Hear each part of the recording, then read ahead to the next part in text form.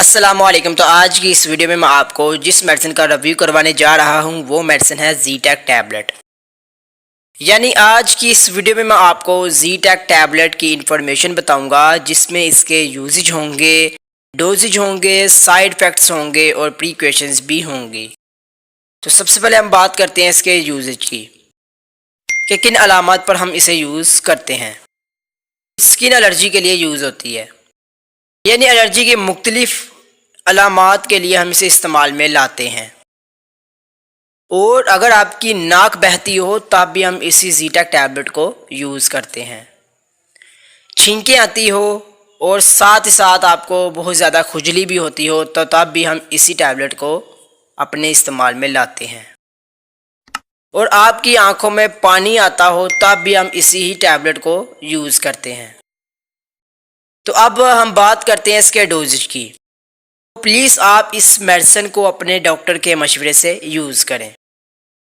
तो अब हम बात करेंगे इसके साइड इफ़ेक्ट्स की कि अगर आप ओवर डोजेज करेंगे यानी ज़्यादा तादाद में इस टैबलेट्स का इस्तेमाल करेंगे या किसी दूसरी मेडिसिन के साथ इस टैबलेट को लेंगे तो आपको क्या टेम्परेरी रिएक्शंस होंगे।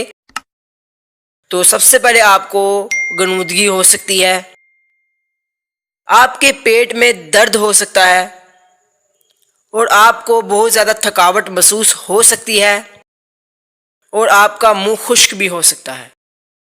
तो व्यूअर्स, अब हम बात करते हैं इसके प्रिकॉशंस की कि क्या एहतियाती तदाबीर हैं, ठीक है, जिनकी वजह से हम इस टैबलेट्स को कतई इस्तेमाल में ना लाएं। नंबर 1, गुर्दे की बीमारी लाहक हो तो तब भी आपने इस मेडिसिन को यूज़ नहीं करना। नंबर 2 पे कि पेशाब करने में दुश्वारी महसूस हो तब भी आपने इसी टैबलेट्स को इस्तेमाल में नहीं लाना।